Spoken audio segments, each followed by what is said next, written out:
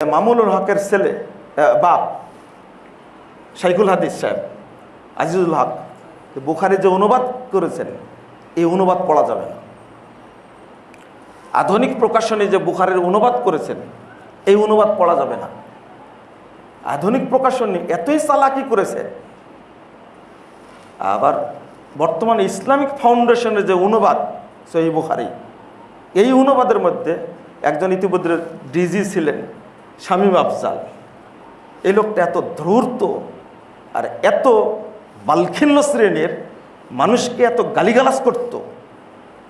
সহিহ বুখারী তার টাইমে অনুবাদ করতে গিয়ে ব্যাকেট দিয়ে লিখে রাখছে এটা হানাফি মাযহাবে নাই। এই অনুবাদ করার কি দরকার? শেখ সাহেব ইসলামিক ফাউন্ডেশন প্রতিষ্ঠা করেছিলেন এই পচা আকীদা প্রচারের জন্য। এখন যিনি ইসলামিক ফাউন্ডেশনের গভর্নর হিসাবে আছেন নামটা কি যেন সালেহি, কি নাম, কফিল উদ্দিন সালেহি, ডক্টর মানুষ এবং আরবি টারবি পড়ে যাতে মনে হয় কিছু পড়াশোনা জানে, তার আকীদাটা এতই পচা। এনাদের সাথে আমার খুব দ্বন্দ্ব।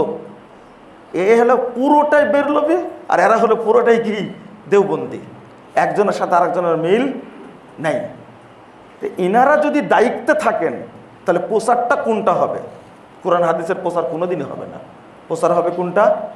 সব সুফিবাদ, শিরক, বিদআত। এবার কি আরেকটা কি আকীদা বলছিলাম, সেটা হলো ইত্তেহাদটা। বোঝা গেল কি?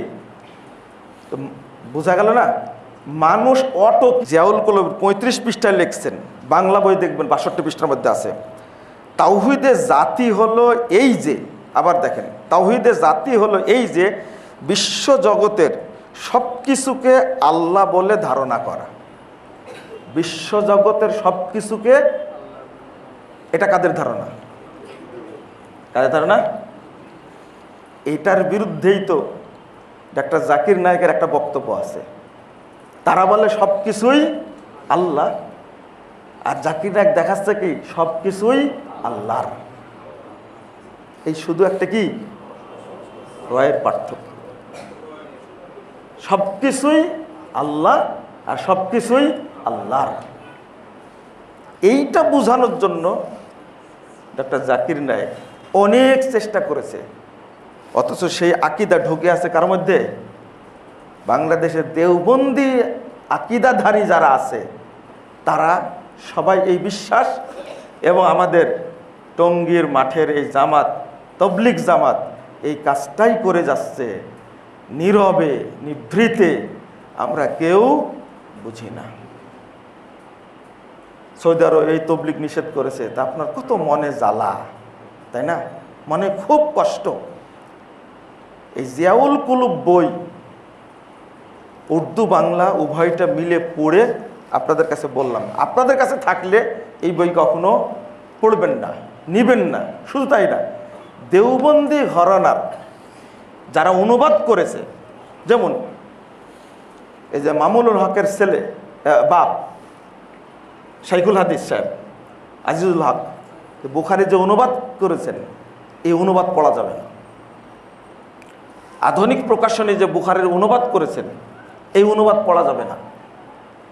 আধুনিক প্রকাশনী এতই চালাকি করেছে। আবার বর্তমানে ইসলামিক ফাউন্ডেশনের যে অনুবাদ সহিহ বুখারী এই অনুবাদের মধ্যে একজন ইতিমধ্যে ডিজি ছিলেন শামীম আফজাল। এই লোকটা এত ধূর্ত আর এত বালখিল্য শ্রেণীর মানুষকে এত গালিগালাজ করত। সহিহ বুখারী তার টাইমে অনুবাদ করতে গিয়ে ব্যাকেট দিয়ে লিখে রাখছে এটা হানাফি মাযহাবে নাই। এই অনুবাদ করার কি দরকার? শেখ সাহেব ইসলামিক ফাউন্ডেশন প্রতিষ্ঠা করেছিলেন এই পচা আকীদা প্রচারের জন্য। এখন যিনি ইসলামিক ফাউন্ডেশনের গভর্নর হিসাবে আছেন নামটা কি যেন সালেহি, কি নাম, কফিল উদ্দিন সালেহি, ডক্টর মানুষ এবং আরবি টারবি পড়ে যাতে মনে হয় কিছু পড়াশোনা জানে, তার আকীদাটা এতই পচা, এনাদের সাথে আমার খুব দ্বন্দ্ব। এ হলো পুরোটাই বেরলবি, আর এরা হলো পুরোটাই কি দেওবন্দি। একজনের সাথে আরেকজনের মিল নাই। ইনারা যদি দায়িত্বে থাকেন তাহলে প্রচারটা কোনটা হবে? কোরআন হাদিসের প্রচার কোনোদিনই হবে না। প্রচার হবে কোনটা? সব সুফিবাদ, শিরিক, বিদআত।